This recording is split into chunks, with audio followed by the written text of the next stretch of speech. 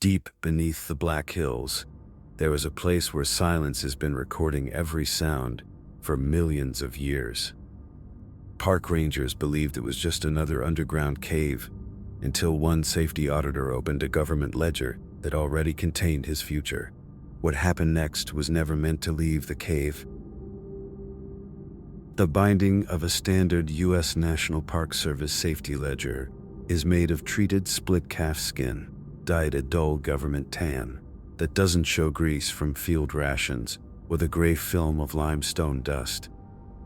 It has a specific smell when you open it in an enclosed space: tallow, dry linen thread, and the bitter vinegar bite of high-stability iron gull ink.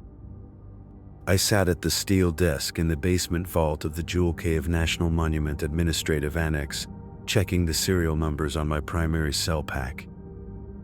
The room smelled of damp blueprints and low-voltage air filtration. To my left sat the modern ruggedized digital tablet the regional director had pushed on us during the spring quarter reset. It remained dark. A lithium screen can glaze over if it takes a 40-foot drop down a wet chimney, or the firmware can drop its cache during a localized electromagnetic shift. Ink doesn't cache. If a line is drawn in an official ledger with a 0.5mm technical pen, that line exists as a legal document until the paper burns or the rock rots. I flipped to the back index of the 2018 regional log. My thumb stopped at the gray tab for Sector 4, case file 18-094, unauthorized recreational spelunking entry. 4 names were lined out in red ink, denoting a non-recovery closure. They were students from the School of Mines at Rapid City, who had tried to bypass the outer karst gate on a Tuesday night in October, when the limestone was slick with snowmelt. They had come to my office at 5 o'clock, their clothes smelling of cheap beer and damp denim, asking for an after-hours geological sampling variance. I had denied the permit. I didn't look up from my ledger when I did it. I simply cited CFR Title 36, Section 2.1, concerning the structural stability of unmapped limestone pillars after a seasonal freeze. They went around the perimeter fence anyway. They dropped down an unmarked air shaft 3 miles north of the visitor center. When the regional rescue team finally located the squeeze 4 days later, the ceiling had dropped 18 inches during a thermal settlement. The subsequent internal inquiry had lasted 6 months. The lawyers from Denver went through my logs with an industrial optical scanner, looking for a loose date, an uninitialed hour, or an ambiguous safety warning. They found nothing. Every entry was a perfect wall of regulatory cross-references. The department cleared me of administrative liability before the summer season opened. My union rep told me I had handled the situation with exemplary clinical detachment. I closed the 2018 book, the calfskin cover shutting with a heavy flat slap that echoed off the concrete vault walls. My hands were dry. I picked up my state-issued LED headlamp, a heavy, anodized aluminum cylinder with a double-sealed gasket, and clicked it onto my helmet. Next came the barometric altimeter, its brass needle calibrated to the morning's surface pressure at 5,320 feet above sea level. I checked the toggle switch on the emergency VHF radio at my belt. The green pilot light blinked once every 4 seconds, indicating a full load on the alkaline cells. I signed my own solo descent authorization form on the clipboard by the vault door. Marcus Thorne, Chief Safety Auditor. Objective, Deep-Level Structural Compliance Review, Compartment 7. When I walked out into the access tunnel, the transition was simple. The administrative office ended at a reinforced steel security door set directly into the natural Mississippian limestone wall. I inserted the 4-inch brass key, turned the deadbolt until the gears groaned, and stepped through. The vertical steel ladder dropped 60 feet into the dark before the first transition ledge. I hooked my safety lanyard into the guide wire, clicked my headlamp onto the low 300 lumen setting, and began my descent into the karst. By 2 in the afternoon, I was 3 miles south of the public boardwalks, well below the level where the air handling systems could shift the humidity. Jewel Cave isn't like the wet caverns of Kentucky or the deep, smooth river tubes of New Mexico. It is a dry, claustrophobic maze, a dense 3-dimensional grid of intersecting fissures where the stone has been eaten away by ancient sulfuric acid until the rock resembles a sponge. The walls are coated in dogtooth calcite spar, millions of sharp, amber-colored crystal needles that grow out of the dark limestone like broken glass. If you slip out here, the rock doesn't bruise you, it cuts through canvas coveralls like a rasp. The air had turned thick, cold, and entirely stagnant. They had that distinct mineral rot smell, the scent of ancient iron deposits that haven't seen an oxygen molecule since the place is seen.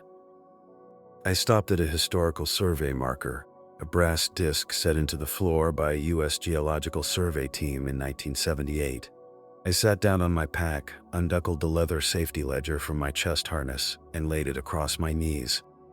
The silence here was a physical weight against my eardrums, a high, thin ringing that happens when the auditory nerve realizes there hasn't been a vibration in the air for an hour. Every scratch of my steel pen against the unlined paper sounded like a dry branch snapping in a winter forest. Timestamp 11:15 a.m. Survey marker 78B. Depth metric 640 feet below surface baseline. Structural settlement 0. Calcite spar stability optimal. I closed the book, the sound sharp against the stone. To my right, the fissure split into the crystalline conduit, a low, horizontal tube 18 inches high and 30 feet long. The only way through was flat on your stomach, cheek pressed against the damp grit, dragging your gear bag behind you by a nylon leash. I checked the straps on my helmet, pulled my leather gloves tight over my wrists, and slid into the gap. The limestone was cold against my chest, the needle spar scraping against my pack shovel with a dull metallic hiss. The crawlway opened into a dead-end chamber shaped like the inside of a church bell. The ceiling rose 30 feet into a dark dome lined with clusters of dogtooth calcite, some of the crystals as long as my arm form, their amber faces catching the bright white light of my LED headlamp. I stood up, shaking the white limestone dust from my knees, and turned my head to track the perimeter walls for structural fractures. The moment the high-powered beam of my LED lamp hit the large crystal cluster in the center of the dome, the air in the room changed. It wasn't a draft, it was an acoustic vibration, a low, thin hiss like water hitting a hot frying pan. The calcite needles directly in front of my face began to tremble, their geometric faces sparkling with an unnatural fluid velocity that made my eyes water. A voice came out of the stone. It didn't sound like an echo. It didn't sound like a radio transmission through a speaker. It was a high-fidelity, dry playback that came directly from the mineral veins of the wall, the sound sharp and immediate. Timestamp 14:30, the stone voice said. The cadence was precise, clinical, and completely free of regional accent. It was my voice. Total primary light failure in Sector 4, structural acoustics deteriorating, requesting surface tracking variants. I stopped breathing. The ringing in my ears came back, twice as loud as before. I reached down and gripped the brass bezel of my watch. The hands were mechanical, driven by a jeweled movement that I calibrated every Sunday morning against the Naval Observatory clock in the office. It was 11:30 a.m. The voice that had just come out of the calcite spar was using my badge number's operational vocabulary, but I hadn't spoken those words. I hadn't even thought them. The entry didn't exist in my current ledger. "Who's down here?" I called out.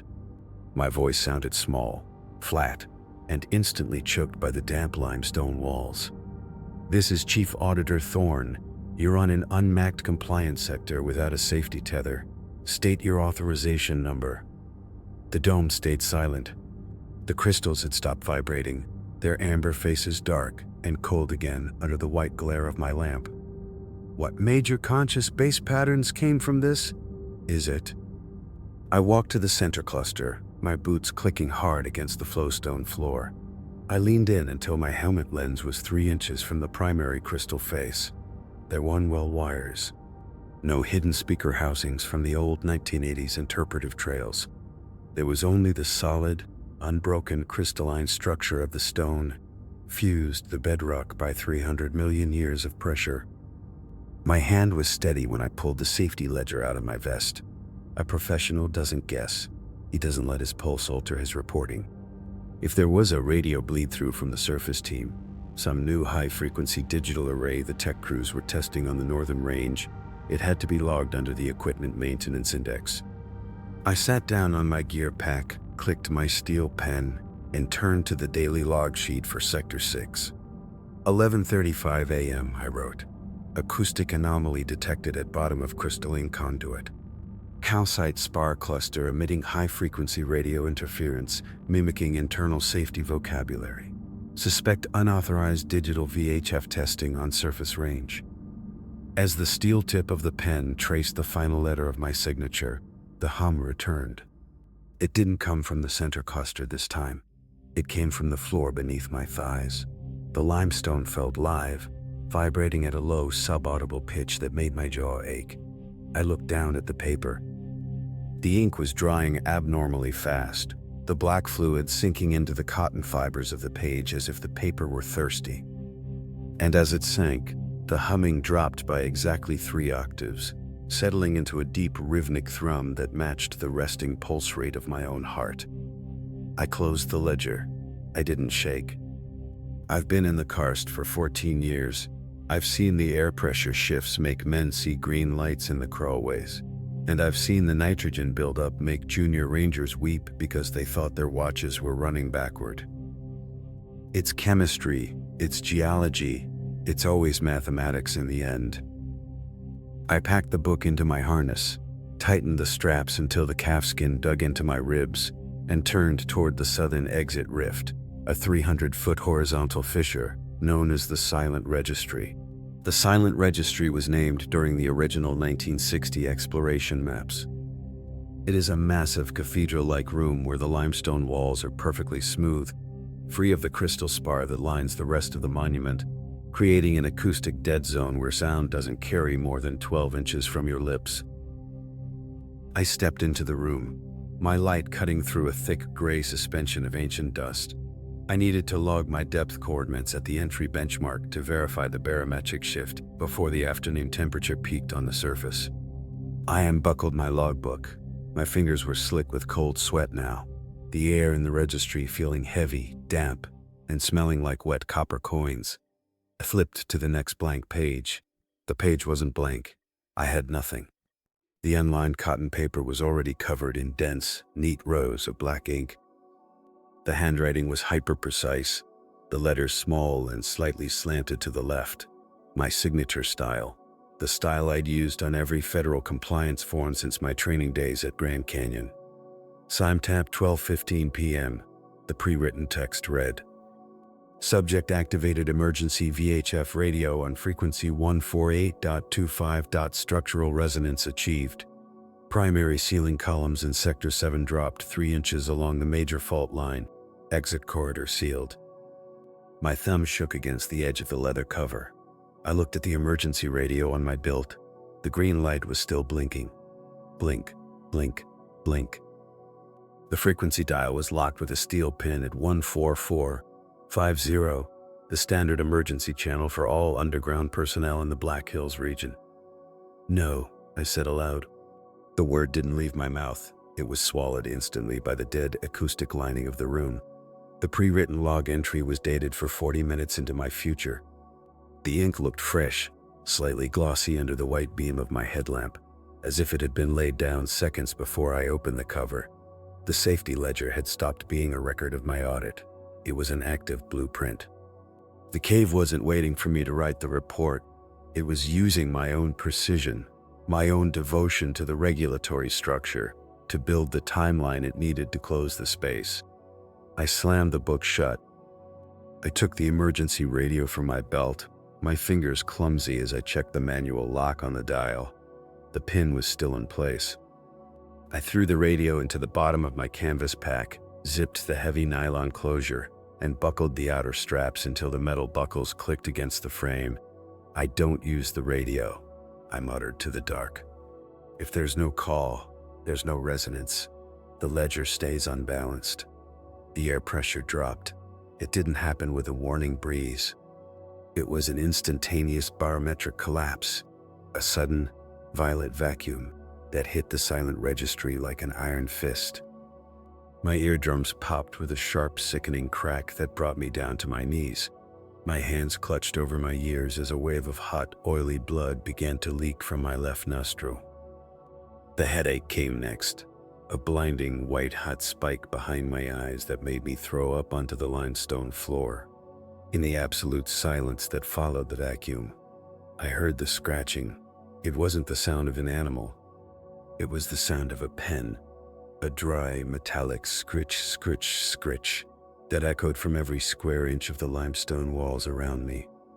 I raised my head, my headlamp beam shaking wildly as I tracked the rock face. The tiny, razor-sharp dog-tooth crystals were growing. They weren't precipitating over centuries. They were shooting out of the limestone pores like iron filings drawn to a magnet, their amber needles forming sharp geometric lines across the gray stone.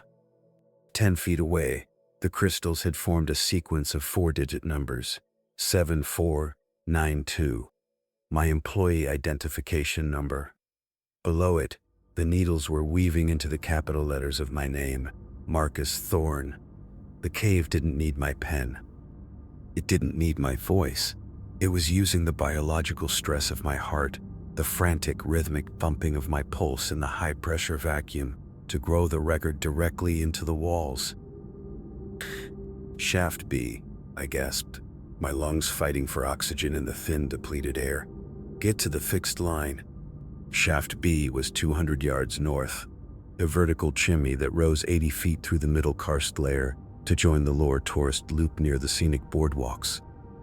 It was my primary emergency exit route, equipped with a permanent, high-strength nylon static line anchored into the granite bedrock above with 3 separate 2-inch expansion bolts. I ran. My pack was heavy, the canvas corners beating against my kidneys as I stumbled through the narrow fissures.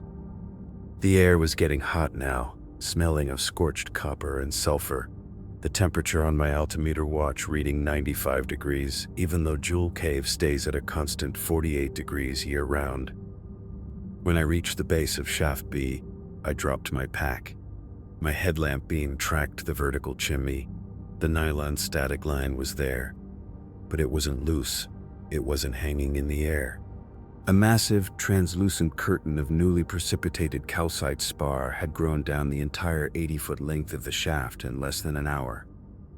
The white, amber-veined stone had completely encased the high-strength rope, swallowing the braid until the line looked like a dark, frozen nerve inside a tooth. The rope was utterly fused to the rock face, buried under 6 inches of solid mineral stone that should have taken 10,000 years to form. I reached out with my loved hand, my fingers touching the smooth, cold face of the new calcite pillar. I could see the red tracer thread of the nylon line through the translucent stone, 3 inches deep, completely beyond the reach of a survival knife or a masonry hammer. "No," I whispered. My boot caught a loose piece of rock on the floor. I kicked it out of the way, a small 4-inch cluster of dogtooth spar that had broken away from the wall during the barometric shift. The mineral cluster shattered against the limestone base.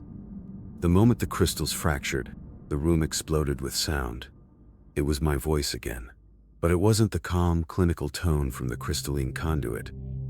It was a wild shriek, a long, bubbling scream of absolute, unbridled agony that went on for 5 seconds before being cut off by a heavy, grinding crash, like a multi-ton slab of granite hitting a concrete deck. The vibration of the audio playback was so intense that my safety ledger, still strapped to my chest harness, grew hot against my ribs. I unbuckled the letter cover with shaking fingers. New black ink was visibly bleeding through the calfskin grain of the cover, forming small, precise letters that looked like they had been stamped into the leather by a press.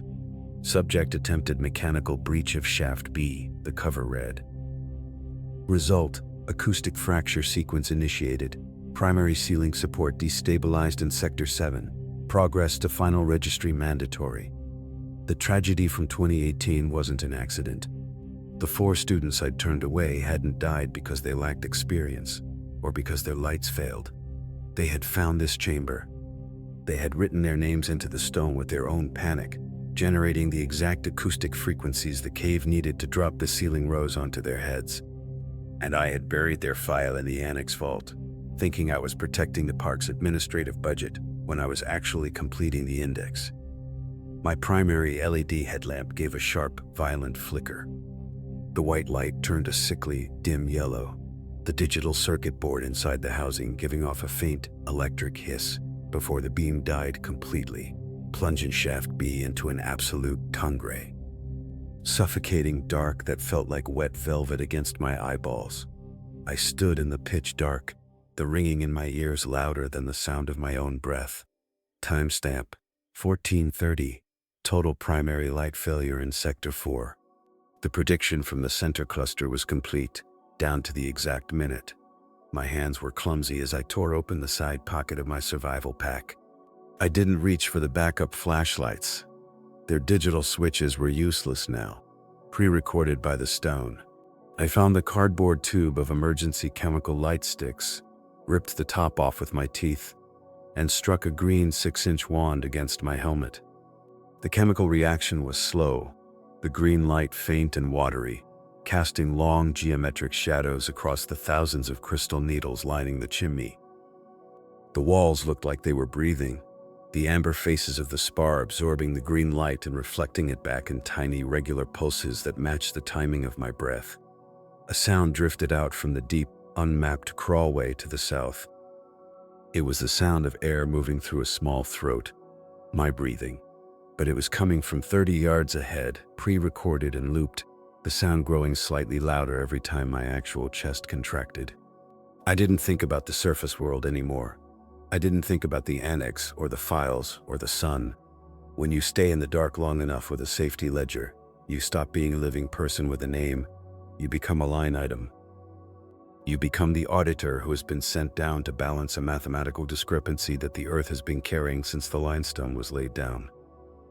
I dropped to my stomach in the muck, dragging the leather book behind me by its nylon leash, and crawled toward the sound of my own dead voice. The crawlway dropped out into the Cathedral of Needle Spar, the absolute lowest known point of the Jewel Cave karst system, 900 feet below the surface baseline.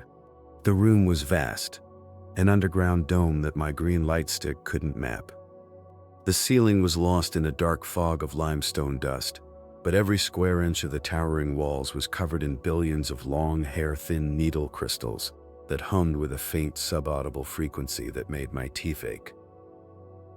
In the exact center of the cathedral stood a monolithic pillar of translucent calcite spar, 12 feet high and 6 feet thick, rising from the floor like a frozen tree. I walked to the pillar, the green light stick held high. An object was trapped inside the stone. 3 feet up from the base, perfectly preserved inside the solid, unbroken calcite crystal, sat a Motorola emergency VHF radio. The housing was the old 1990s model, the black plastic cracked and faded, with the official U.S. National Park Service asset tag visible through the mineral sheen, US-NPS-094-A. It was the radio I had thrown into my canvas pack 20 minutes ago. It wasn't a duplicate. It had the same scratch across the display face that I'd made when I scraped it against the lock gate at Moose Lake 3 seasons ago. It was sealed inside a stone pillar that had taken 5 million years to precipitate from the groundwater, perfectly dry, perfectly silent, and immutable. The leather ledger in my hand grew burning hot. The linen pages began to flip on their own, a dry, whirring sound like a bird's wing in the dark, before stopping at the final index sheet. The ink was already there, thick and black, the letters rising from the paper in raised rows that I could read with my fingertips in the green light. To balance the regional administrative record and prevent structural surface loss at the primary monument site, the entry read, "The auditor must fulfill the data field. Activate radio asset 094A. Tune to frequency 148.25. Verbally log the structural failure of compartment 7. Sign off by name and identification number. Failure to enter the record will result in total non-containment of the karst fault." I looked up at the dark void of the ceiling. A faint, heavy cracking sound echoed from the limestone dome, a slow, deep fracture sequence that was traveling north toward the visitor center boardwalks. If I didn't read the entry, the structural equation would remain unbalanced. The space would keep expanding until it took the surface world down with it, dropping the office, the files, and the annex vault into the sinkhole I had spent 14 years pretending didn't exist. The guilt of the 2018 names didn't hurt anymore. It felt clean. It felt like a rule that had finally been clarified by a higher court. My entire life of cold compliance, my refusal of the permits, my love of the leather bindings, my clinical detachment, it wasn't a defense mechanism. It was training. The cave had selected me because I was the only auditor in the region who wouldn't try to negotiate with the math.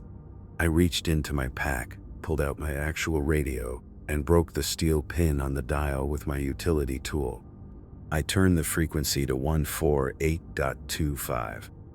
The radio speaker screeched violently, a high piercing scream of pure static that caused the billions of needle crystals on the ceiling to instantly fracture, a shower of fine, glass-like mineral dust falling down onto my helmet like heavy green rain. I pressed the transmit button. I raised the microphone to my lips. My voice was clear, steady, and perfectly professional. "This is Chief Safety Auditor Marcus Thorne, badge number 7492, I said into the static. "Recording the final compliance entry for Sector 7, Joel Cave National Monument. The ceiling columns have achieved resonance. The exit corridor is closed. The structural ledger is balanced and closed at 1430. The first limestone pillar, a 40-ton slab of Mississippian stone, dropped from the dome above, the sound of its descent perfectly matching the audio playback I had heard in Shaft B. I didn't look up. I closed my eyes, held the leather ledger tight against my chest, and let the record take my name. Deep within the restricted administrative cursed sector of Jewel Cave National Monument, well below the established tourist loops, there is a solid wall of smooth, pristine, dogtooth calcite spar that has never been opened by an engineering crew. If you bring a high-powered LED light down to the baseline fault line and shine it through the translucent, amber sheen of the mineral face, you can see two objects preserved beneath 4 millimeters of crystal growth. On the left sits a black Motorola VHF radio, its digital screen cracked and dark, the asset tag faded to a dull government gray. Next to it, open to the final index page, are the calfskin remnants of a standard U.S. National Park Service safety ledger. The ink on the cotton paper is completely dry, the small, slanted letters of the signature balanced, verified, and free of administrative error. The air in the chamber is perfectly still, the silence is absolute, and the record is permanently closed.